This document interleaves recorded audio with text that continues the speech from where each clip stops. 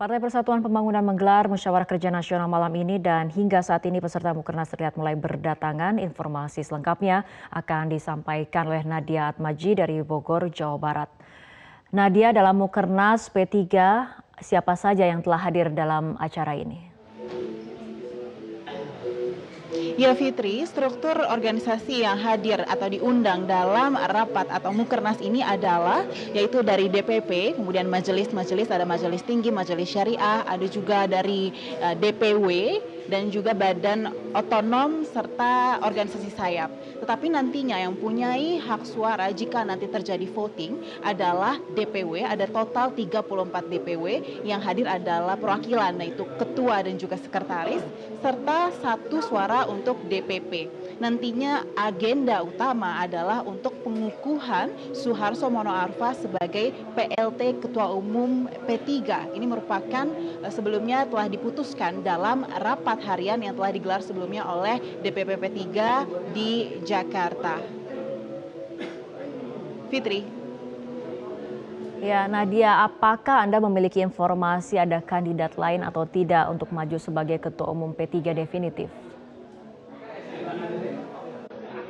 Fitri, kami sempat berbincang dengan sejumlah DPW yang ada di sini. Sebagian besar mereka menyatakan mereka mendukung keputusan dari DPP P3 yaitu mengukuhkan Suharto Monoarfa yang merupakan Ketua Majelis Pertimbangan sebagai PLT Ketua Umum. Kendati demikian, memang ada sejumlah ketua-ketua DPW yang kemudian mengusulkan nama-nama seperti dari DPW Jawa Timur ini mengusulkan Khofifah Indar Parawansa, kemudian ada juga yang mengusulkan dari DPW DIY Yogyakarta yaitu Arwani Tomafi. Tetapi bagaimana kemudian DPP menyikapi hal ini, kita akan langsung berbincang. Mari kita simak bersama perbincangan dengan Sekjen P3 Arsul Sani. Pak, bagaimana nih Mukernas, apakah optimis akan berjalan dengan lancar meskipun ada suara-suara yang sepertinya tidak setuju dengan keputusan DPP soal Pak Suharto? Ya. Saya yakin bahwa teman-teman yang menjadi peserta Mukernas ini mempunyai common awareness, ya, kesadaran bersama bahwa situasi yang dihadapi P3 pada saat ini itu adalah suatu situasi yang emergensi, ya, darurat begitu. Karena itu perlu diambil keputusan yang cepat namun juga tentu tepat, ya. Jadi tentu dinamika perbedaan pandangan akan ada, tetapi dengan semangat bahwa ini situasi emergensi maka tidak akan bertele-tele. Insya Allah, ya, saya optimis bahwa apa yang telah diputuskan oleh rapat pengurus harian DPP PPP yang dihadiri juga oleh majelis-majelis itu akan dikukuhkan dalam Mukernas ini. Tapi Pak, sebenarnya kalau kita melihat anggaran dasar kan seharusnya yang menjadi PLT adalah Wakil Ketua Umum. Apakah ini artinya Wakil Ketua Umum tidak bersedia atau tidak siap menjadi PLT, Pak? Ya, jadi kemarin dalam rapat pengurus harian DPP yang tadi saya katakan dihadiri juga oleh para majelis, ya.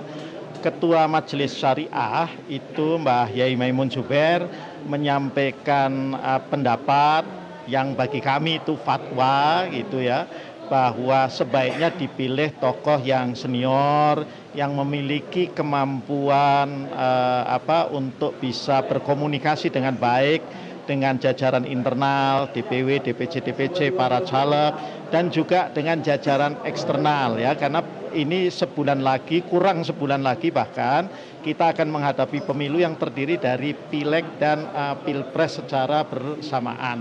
Tentu di sisa waktu ini komunikasi dengan misalnya partai-partai yang tergabung dalam Koalisi Indonesia Kerja, kemudian dengan Paslon 01 Pak Jokowi dan Kiai Ma'ruf itu kan dibutuhkan lebih intensif.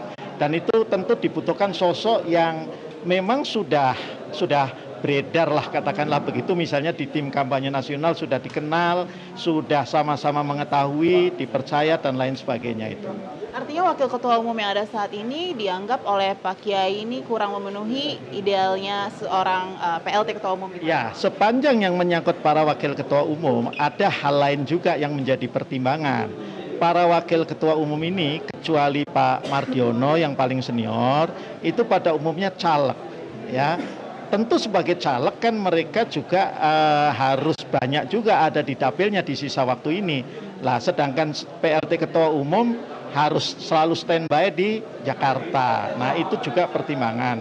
Kalau Pak Mardiono, beliau kebetulan lagi fokus ngurus usahanya, jadi beliau juga sami'na wa ta'na terhadap yang disampaikan Mbah Mun kemarin habis rapat itu, makanya disepakati secara mufakat tanpa voting pada saat rapat pengurus harian DPP PPP. Terakhir Pak, ini Pak Suharso kan di sisi lain juga menjabat sebagai One Team Press begitu. Apakah ini tidak berarti justru Pak Suharso juga kepecah gitu fokusnya? Ya, nanti Pak Suharso tentu setelah dikukuhkan dan kemudian disahkan oleh Menteri Hukum dan HAM, beliau tentu harus mengundurkan diri ya sebagai anggota One Team Press itu. Terima kasih banyak Pak atas waktunya. Itulah tadi perbincangan kami dengan Sekjen P3 yang mengatakan bahwa optimis nantinya Mukernas ini bisa berjalan dengan lancar, kemudian mereka bisa semakin solid untuk menghadapi Pilpres dan juga Pileg 2019.